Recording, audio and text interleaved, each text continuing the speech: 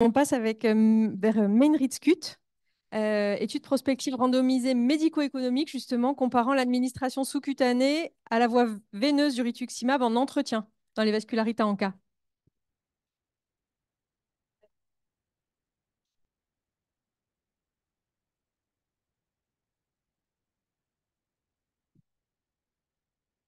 Bonjour. Donc ce protocole qui a été déposé aussi la semaine dernière concerne des patients qui ont soit une granulomatose avec polyangite, soit des patients qui ont une polyangite microscopique. Et en fait, c'est une étude prospective, randomisée et médico-économique en ouvert qui va comparer l'administration sous-cutanée et intraveineuse de rituximab en traitement d'entretien. Alors, je ne vous rappelle pas l'étude Manritsan qui a permis de démontrer la supériorité du rituximab, mais ça a permis aussi l'extension d'autorisation de mise sur le marché du rituximab comme traitement d'entretien, et ça a établi les perfusions de rituximab comme la nouvelle norme de traitement d'entretien de première intention. Et il y a eu comme conséquence que les recommandations à la fois américaines et également européennes lançaient un plaidoyer pour le rituximab en traitement d'entretien. Tout ça, vous le savez par cœur, donc on vit dans le meilleur des mondes, on est très content. Ben non, non, pas tout à fait. Pas tout à fait, pourquoi? Parce que l'administration du rituximab comme traitement d'entretien, ça va impliquer des perfusions intraveineuses répétées qui durent 1,5 à 6 heures par perfusion, qui nécessitent des hospitalisations répétées tous les 6 mois, qui sont facturées 1684 euros si c'est dans le cas d'une hospitalisation de jour de première catégorie. Et surtout, ça représente également une contrainte pour les patients, et notamment les patients les plus jeunes, les plus actifs, que ces hospitalisations itératives. Et c'est également une charge, bien sûr, pour les ressources de santé. Et donc, l'idée de ManRitzCute, il se trouvait que par ailleurs, il y a une formulation sous-cute de rituximab qui a été développée pour permettre une prise en charge ambulatoire. Ça a été développé en hématologie chez les patients qui avaient des lymphomes. Et chez ces patients-là, il y a 3 études qui ont comparé l'administration sous-cutanée de 1400 mg, c'est administré en moins de 5 minutes, et des perfusions de rituximab intraveineuse. Ça a montré que la voie sous-cutanée était non inférieure en termes d'efficacité à la voie veineuse, une tolérance identique et une très large préférence des patients pour cette voie sous-cutanée ambulatoire. Et ces études ont été positives et ont conduit donc à une AMM, mais attention, qui était restreinte aux pathologies hématologiques. Et donc cet allègement de la prise en charge et de ses coûts, malheureusement, on ne peut pas la transposer aux patients qui ont une vascularite associée aux ANCA en l'absence de démonstration préalable de l'équivalence d'efficacité de la voie sous-cute et de la voie veineuse du rituximab dans les vascularites associées aux ANCA. Vous l'avez compris, c'est le préambule de cette étude qui va évaluer un traitement d'entretien par le rituximab par voie sous-cutanée en le comparant à la voie traditionnelle par voie veineuse. Pour ça, 100 patients atteints de granulomatose avec polyangite ou polyangite doivent être inclus. Ils ont tous un schéma de rituximab en traitement d'induction à M0.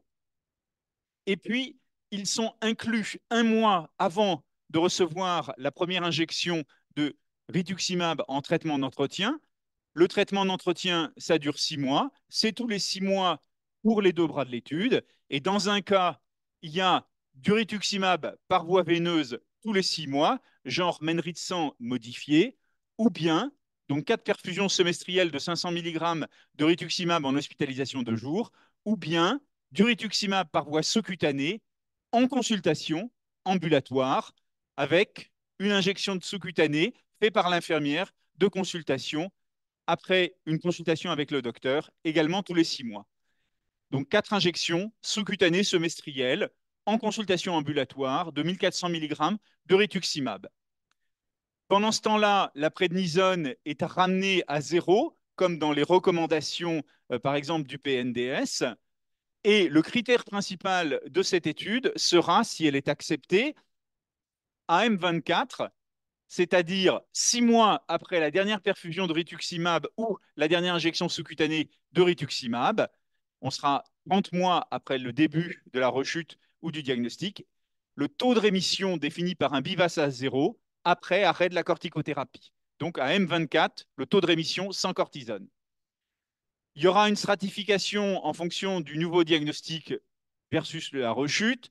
La positivité des encas PR3 versus MPO au diagnostic ou à la rechute, et la persistance de la positivité des encas, et également le phénotype GPA ou polyangéite. Les critères d'inclusion, bah, c'est classique, c'est des patients de 18 ans ou plus qui ont soit une granulomatose avec polyangite, soit une polyangite microscopique, selon les derniers critères de classification, nouvellement diagnostiqués ou en rechute, qui auront été mis en rémission avec des corticoïdes et du rituximab. Ils seront 4 à 6 mois après la première perfusion d'induction de rituximab. Ils auront de la prednisone entre 5 et 10 mg selon le Pexivas bras court. Et comme on sera à 6 mois, ils seront plutôt à 5 mg. Ils devront être affiliés à la Sécu.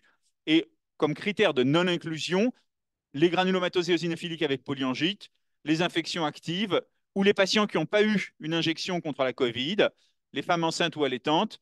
Et j'ai mis les patients qui avaient un taux d'IgG de moins de 3 grammes ou un taux de lymphocytes de moins de 0,5 giga par litre, euh, une hypersensibilité au rituximab ou d'immunisation ou de maladie sérique au rituximab, aux protéines de hamster ou aux protéines murines, conformément à ce qui est marqué dans le Vidal, cardiopathie sévère non dilatée, non contrôlée, ou insuffisance cardiaque sévère avec un score de classe 4 de la NYHA.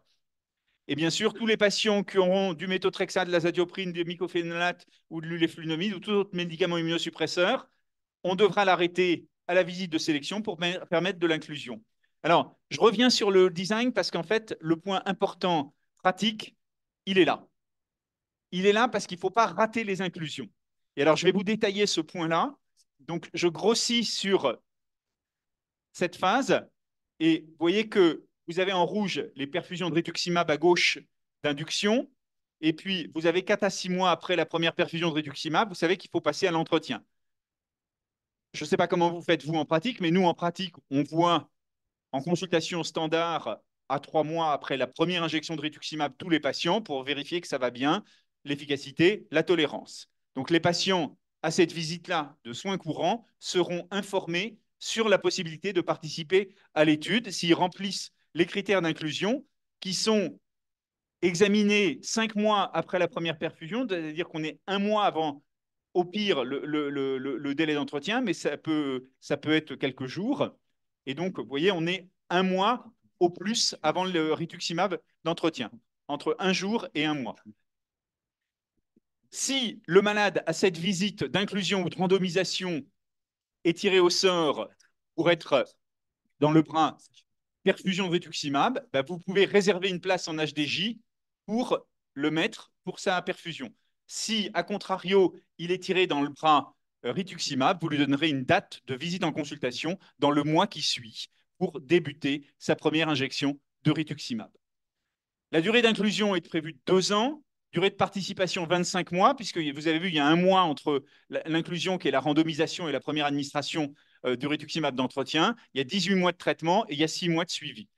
L'analyse statistique, alors ça c'est un peu ruseux, ça me dépasse complètement, mais en gros, Raphaël Porcher nous a aidé à faire un essai de non-infériorité bayésien avec une borne de non-infériorité de 15%. Je vous rappelle que l'étude Mandara, c'était 25%, ce qui est un vrai scandale, hein, et que l'étude REVE, c'était 20%. Donc nos statisticiens ne sont jamais d'accord pour faire de telles bornes de non-infériorité. On pourra en discuter si vous voulez.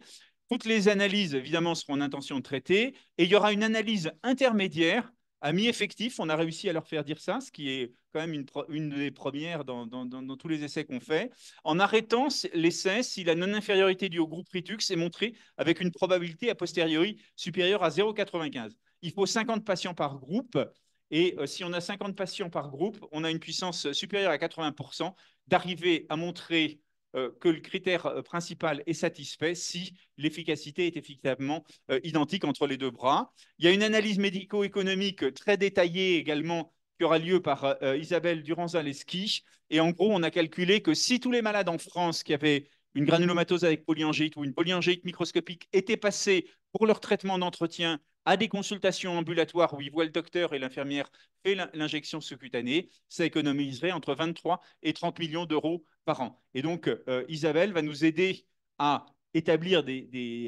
une analyse d'impact budgétaire pour confirmer cette hypothèse de réduction des coûts d'un montant, vous voyez, qui est quand même considérable. Donc, en gros, L'étude, on demande 1 350 000 pour économiser 23 à 30 millions d'euros par an. Et c'est pour ça qu'il est soumis au PRME, Programme de recherche médico-économique. Je vous remercie. Merci beaucoup, Xavier. J'ai juste une toute petite question. Est-ce qu'il faut faire une prémédication pour le Ritux sous-cute par cortisone ou c'est pas Yes, nécessaire? Oui, il faut aussi. faire une prémédication qui peut se faire péros. Nos amis hématologues la font péros. Il faut effectivement, c'est comme avec la voie veineuse, des corticoïdes et également un antihistaminique. Merci Xavier. J'avais un peu de questions en une. Il y a quand même un certain nombre d'endroits où l'infirmière de consultation, ben, on ne l'a pas, notamment pour faire le Ritux sous-cute. Est-ce que ce serait envisageable éventuellement de le faire par un prestataire au domicile, comme c'est fait parfois en hémato? Alors, bonne question. Je ne sais pas, mais pour l'instant, ça me paraît prématuré d'envisager ce type de traitement chez les gens. Si on ne sait pas, en hémato, il n'y a pas de problème, mais ils le font toujours à l'hôpital. Donc, moins de 5 minutes. C'est 11,7 millilitres à injecter.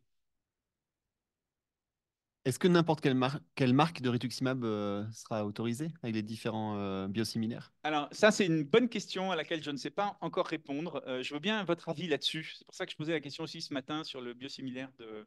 Voilà. Parce que autant le rituximab par voie sous-cutanée, il n'y a qu'une marque, il n'y a pas de biosimilaire. Donc, il n'y a que Roche qui ne finance pas, hein, d'ailleurs, qui refuse de financer. Voilà. Qui refuse malgré une insistance répétée sur plusieurs années, hein. Voilà. Et donc, parce que pour eux, c'est terminé, c'est plus le rituximab qui est à la mode, etc. Bon, et donc, pour la perfusion de rituximab d'entretien, comme ça sera dans les hôpitaux, je pense que ça sera le biosimilaire. Ouais, il faut faire le biosimilaire qu'on a localement, sinon Voilà, ça je va pense être, que ça sera ça. si Voilà. Roche ne finance pas. Ouais. C'est une présentation spécifique. Oui, c'est une présentation spécifique de Maptera par voie sous-cutanée. Il n'y a que le Maptera qui a du sous-cutané. Donc, forcément, celui-là. Dans les faits, vous fournissez le sous-cut, mais pas l'IV. Exact. Donc, il n'y a pas forcément de IV au marché, en fait. Absolument. Ouais, ouais. Alors, Absolument. dernière question, Grégory. Et le sous-cut, ça vaut 350 000 euros, hein. Xavier, il n'y a pas de surveillance de 1 heure ou deux après la première injection de sous-cut? Alors, tous ces patients, la bonne question, Grégory, tous ces patients auront déjà eu du rituximab autrefois. Et on sait qu'on ne peut pas commencer les injections de rituximab par voie sous-cutanée sans avoir fait du rituximab par voie intraveineuse avant. C'est pour ça qu'on a tous mis ces patients sur rituximab, surtout que c'est l'air du temps, hein, de passer au rituximab. Et donc, non, la surveillance, c'est une surveillance standard, hein. Il faut qu'on avance vite. Alors, on va avancer maintenant avec l'essai Mépodose, efficacité réduite de mépolizumab chez les patients avec granulomatose et eosinophilie